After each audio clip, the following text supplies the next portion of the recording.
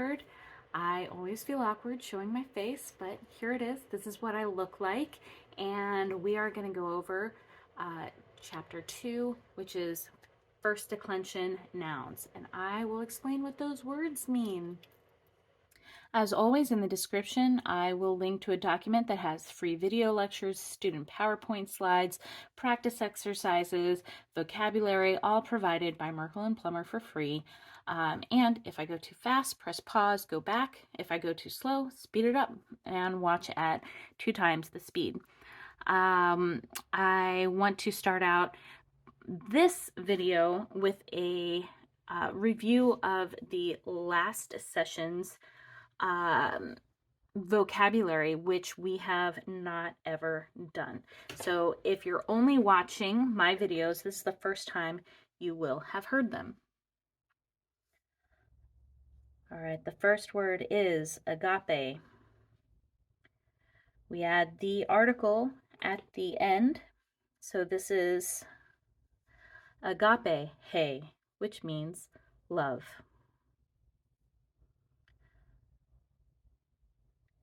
Gay, he, which is earth, land, ground.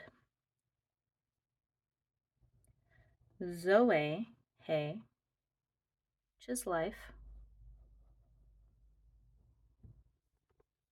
Phone, voice or sound.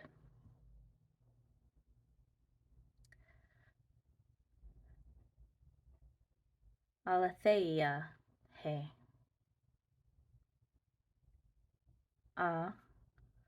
Aletheia, he. Truth.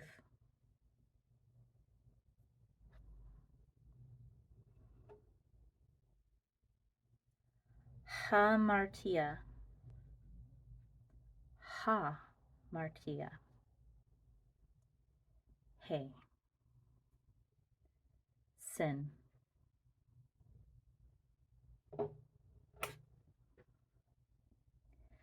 Basileia. He. Kingdom.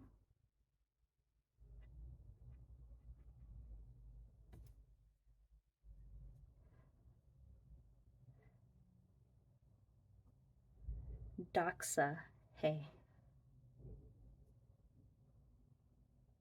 Glory.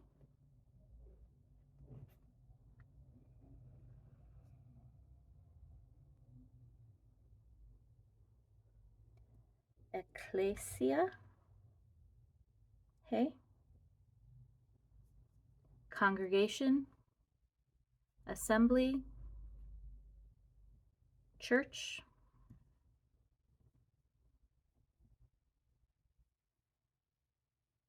Hemera, he.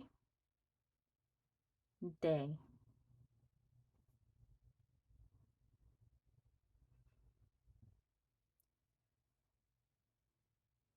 Cardia, he. Heart.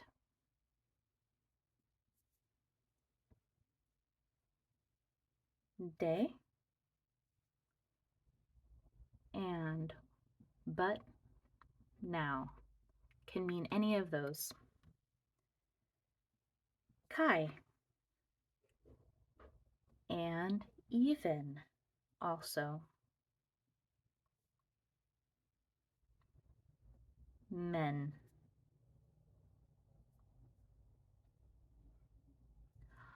On the one hand, indeed.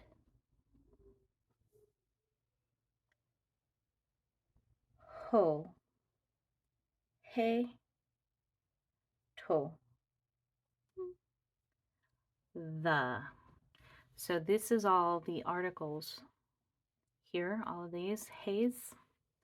These are all articles meaning the love, the earth, the life, the voice, the truth, the sin, the kingdom, the glory, the congregation, the day, the heart.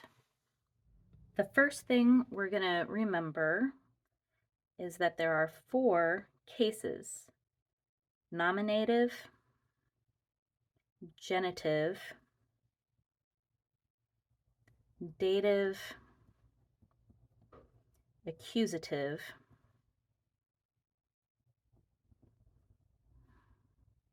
nominative serves as like the subject of a sentence.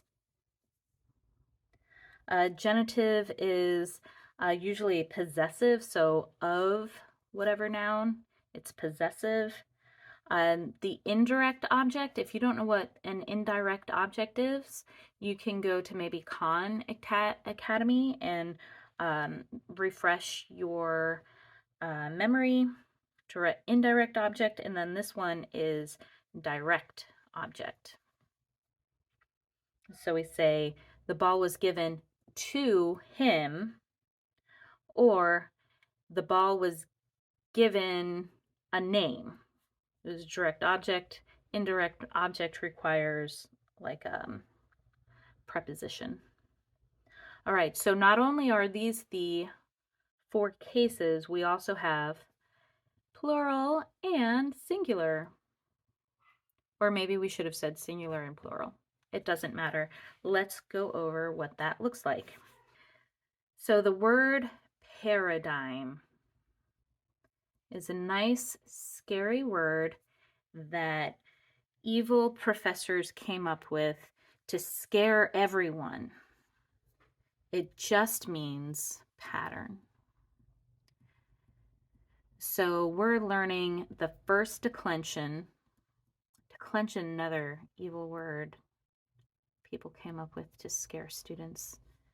Paradigm, which just means this is the first set of patterns. There are several patterns that the different nouns follow, and this is the first one. That's all that means. So there's an eta pattern and an alpha pattern. So we're going to go over both of these. So we learned the word phone. Do you remember what it means?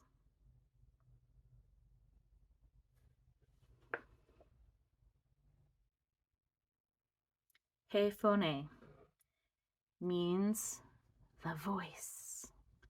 That's right, just like the TV show. We have the singular form and we have the plural form. We have the nominative, the genitive, the dative, and the accusative of singular and plural. And just to make your life more difficult, way back 2,000 years ago, the Greeks decided we're not just going to say the, we're going to change it every time it changes its function. So we have hey, phone, but here we're going to have tes, phones. Dative, here it gets fun. We have a little circumflex iota. Or subscript, circumflex subscript. Phone with iota and circumflex, and 10 phonen. The voice, of the voice, to or for the voice, and the voice as a direct object. So this at the beginning of a sentence and this at the end. I say like little air quotes like that because the order of Greek sentences is not as important as an English sentence order because these go together. They can be stuck in other places and still have the sentence make sense. All right, plural for phone This is the with a rough breathing mark. So high, phoni,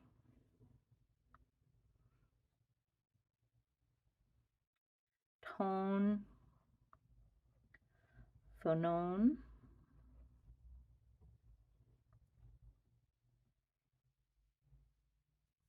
taste, phonase, tas, phonas. The voices of the voices, to or for the voices, the voices. So maybe you've noticed that, let's see if I can erase that. We have a,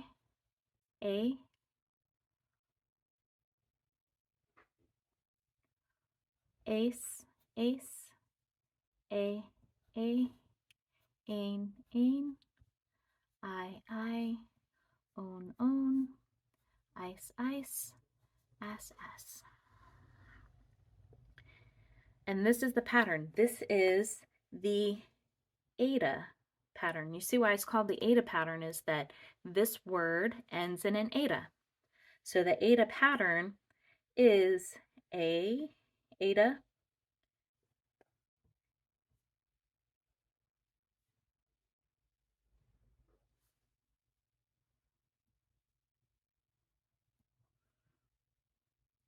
all right, I'll get better about talking and writing at the same time. ASAN, I own, ice, ass. There are helpful songs online. One that I heard put this to Amazing Grace. ASAN, I own, ice, ass. So that is how I memorized it. And you can do it that way too if you want. And then the is just, it's putting a tau in front of these unless it's the subject, nominative case. Okay, so that's eta. And the alpha is very similar. So we learned, let me write this out again, nominative, genitive, dative, accusative, singular, and plural. Now we learned hey, cardia, that's the heart. Tes cardias, of the heart. Te cardia, and look at this little subscript here. It's an accent on this I, iota, not I, and a subscript iota there. And then 10 cardion. All right, plural. Hi, sorry, I messed that up. Hi, cardii, tone, cardion,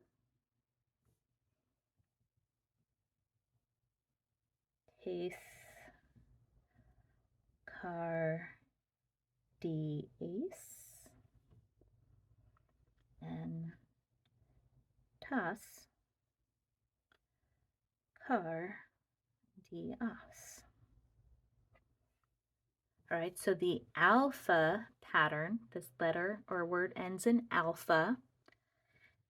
It follows almost the eta pattern exactly. You see, if you remember, A, S, A, N, I own, ice, ass, But alpha is alpha, alpha, sigma, alpha subscript, alpha, nu.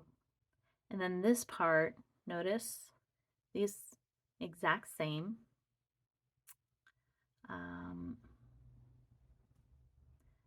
So there you go. Plural is the same. So that'll help. The pattern is almost the exact same, except alpha and eta. So this is the first declension nouns with their nominative, genitive, dative, and accusative. The articles change from word to word depending on if they're masculine,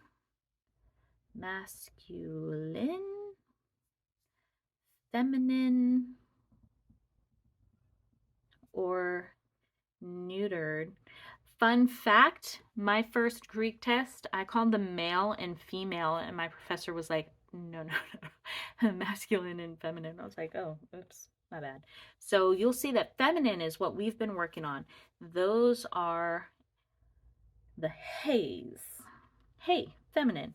Masculine are the whos. And neuters, that it doesn't start with a vowel. It starts with a tau. It's toe. So we'll see that as we go through, and I will be doing some other parsing. Parsing is another evil thing that Greek professors have come up with that essentially means tell us everything you know about this word, which is its lexical form, which is just a fancy word for dictionary form. And then we want the gender, such as masculine or feminine. We want the case. Remember, this is the case here. And then we want the number, as in, is it singular or plural?